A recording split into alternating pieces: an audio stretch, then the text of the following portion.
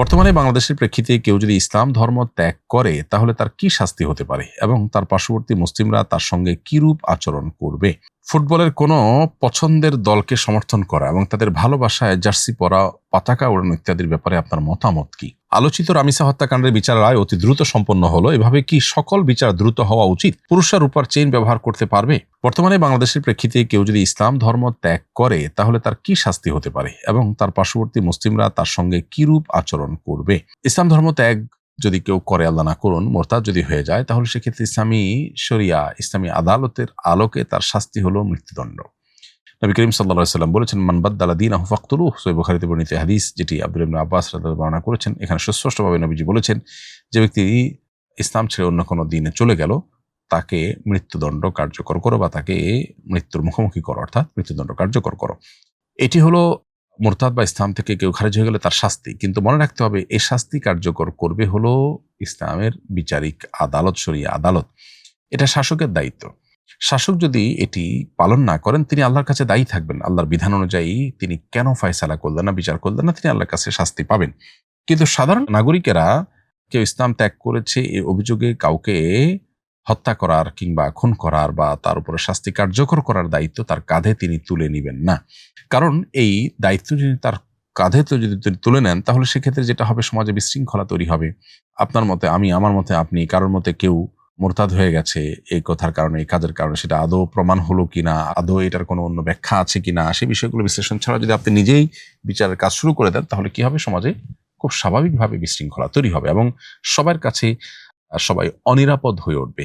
এটা কোনো সুস্থ সমাজে তো গ্রহণযোগ্য হতে পারে না। নবী করিম সাল্লাল্লাহু আলাইহি সাল্লামের জীবদ্দশায় কোনো ব্যক্তি যদি এমন কোনো উক্তি বা কর্ম সম্পাদন করে যার ফলে তার মৃত্যুদণ্ড পাওয়ার মতো অপরাধ করেছে বলে কোনো সাহাবীর মনে হয়েছে, তখন সাহাবীরা কি করতেন? তারা কি নিজে নিজে ওই ব্যক্তির মৃত্যুদণ্ড কার্যকর করতেন? উত্তর হলো না।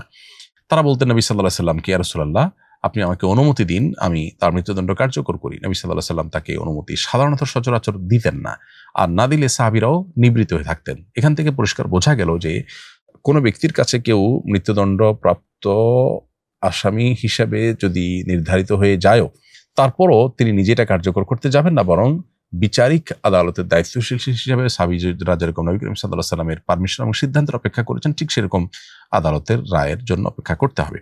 তবে কেউ ইসলাম ত্যাগ করার ফলে তার প্রতি ওয়ালা এবং বারার যে মূলনীতি, ইসলামের ভালোবাসা এবং বরিতার যে মূলনীতি, তার আলোকে তার সাথে আর সে গভীর সম্পর্ক, বন্ধুত্বপূর্ণ সম্পর্ক রাখবেন একজন ইমানদার, তবে তাকে দাওয়াতের নিয়তে, ইসলামের সৌন্দর্য তার কাছে প্রকাশের নিয়তে বা তাকে ইসলামের দিকে আনার নিয়তে তার সাথে সুসম্পর্ক বজায় রাখা বা সদাচরণ করা, সেটা তো বিধেয় হবেই বলা বাহুল্য।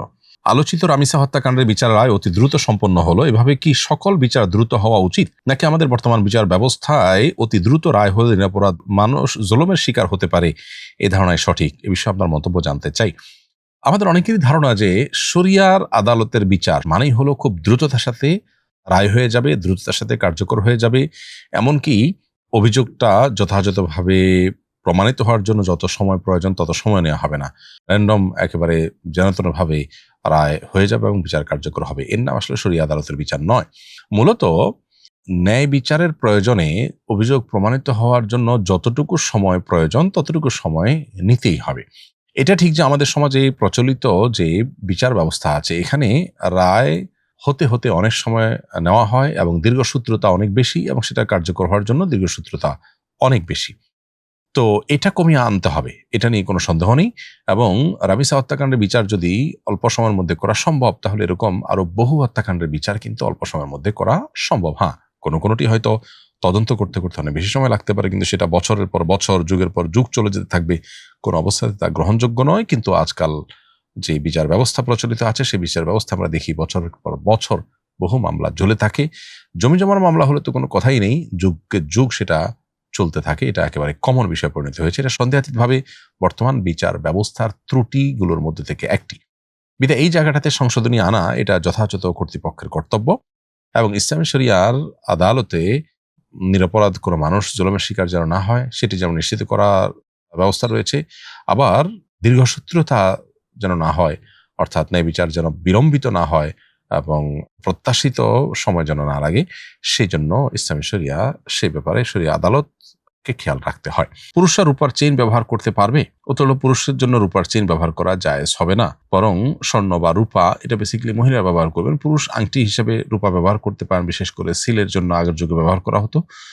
অতএব ওই সাইজের বা ছোটখাটো আপনার রূপার আংটি ব্যবহার করতে পারবেন। এছাড়া রূপার ঘড়ি হোক, চেইন হোক বা রূপার অন্য কোনো আপনার গহনা হোক, সেগুলো ব্যবহার করা পুরুষের জন্য জায়েজ নয়। যেমনি ভাবে স্বর্ণটাও জায়েজ নয়, এটা নারীর জন্য আল্লাহ তাআলা রেখেছেন, নারীরা এটা ব্যবহার করবেন। পুরুষ এটার মালিক হতে পারেন কিন্তু ব্যবহার করতে পারবেন না। ফুটবলের কোনো পছন্দের দলকে সমর্থন করা এবং তাদের ভালোবাসায় জার্সি পরা, পতাকা ওড়ানো ইত্যাদির ব্যাপারে আপনার মতামত কি? আমি একজন সাধারণ মানুষ হিসাবে আমার যে মতামত ব্যক্ত করতে পারি সেটি হলো, আজকের পৃথিবীতে যে সমস্ত বড় বড় আপনার স্পোর্টস এর আয়োজন করা হয়, সেটা ফুটবল হোক, ক্রিকেট হোক, অন্যান্য বিষয়গুলো হোক, এগুলো বিশ্ব জুড়ে বিশ্ব বেনিয়াদের অনেক বড় বড় বাণিজ্যের অংশ। এটি বোঝার জন্য পণ্ডিত হওয়ার কোনো প্রয়োজন নেই। এটি যাদের বাণিজ্য, তারা এটা আমাদেরকে গেলাচ্ছে তাদের বাণিজ্যের প্রয়োজনে। অতএব একজন বিবেকবান মানুষ তিনি এ সমস্ত খেলাধুলার উন্মাদনায় নিজেকে ডুবিয়ে রাখা, এটা কোনো অবস্থাতে তার থেকে প্রত্যাশিত হতে পারে না। এর বাইরে এ ধরনের উন্মাদনার মধ্যে একজন মুসলিম যিনি আখিরাতে বিশ্বাসী, আল্লাহর সামনে তাকে দাঁড়াতে হবে।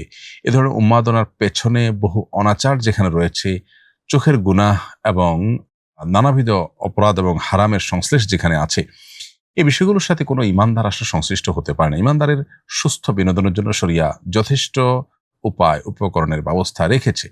মৌলিকভাবে শরিয়া যে নির্দেশনা আছে সেটি হলো, আমরা শারীরিক কসরত হয় এরকম যে কোনো খেলাধুলা, যে কোনো ব্যায়াম, যে কোনো কম্পিটিশন জাতীয় খেলাধুলা আমরা খেলতে পারি।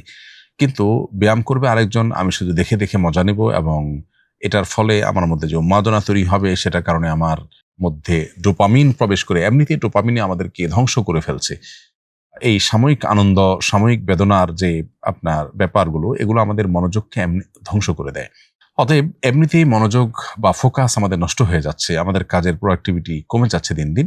এই ধ্বংসের দ্বারপ্রান্তে যখন আমরা উপনীত, তখন এ ধরনের খেলাধুলার মধ্যে মজে গেলে সেটি আমাদেরকে আরো বেশি ধ্বংসের দিকে নিয়ে যায়। এজন্য এ ধরনের খেলাধুলার ভিতরে না মজে নিজে ফিজিক্যাল এক্সারসাইজ হয় এ ধরনের খেলাধুলা শরিয়ার বিধিবিধানের মধ্যে থেকে করুন, এবং অন্য আরেকজন খেলাধুলা করবেন বা খেলাধুলার নামে তিনি বিনোদন, হাসি তামাশা, অর্থ উপার্জন, নাম খ্যাতি ইত্যাদি উপার্জন করবেন, আর আপনি সেটাকে দেখে সময় নষ্ট করবেন এবং সেটা পেছনে অর্থ, সময়, মূল্যবান আপনার অনেক কিছু ব্যয় করবেন। এটা কোনো বুদ্ধিমানের কাজ হতে পারে না।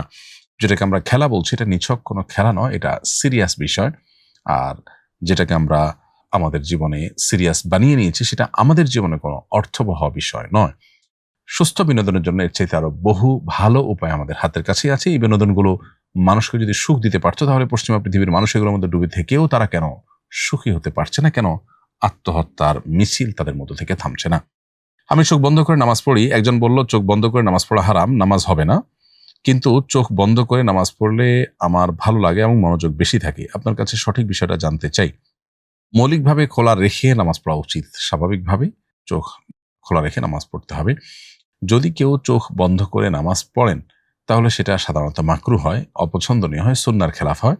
যদি কেউ চোখ বন্ধ করে নামাজ পড়লে তার মনোযোগ থাকে এবং খুশু থাকে, তার ফোকাস ঠিক থাকে, জাস্ট মনোযোগ ঠিক থাকার প্রয়োজনে যদি কেউ এটি করে, তাহলে সেটা মাকরুহ হবে না, সেটা জায়েজ হবে।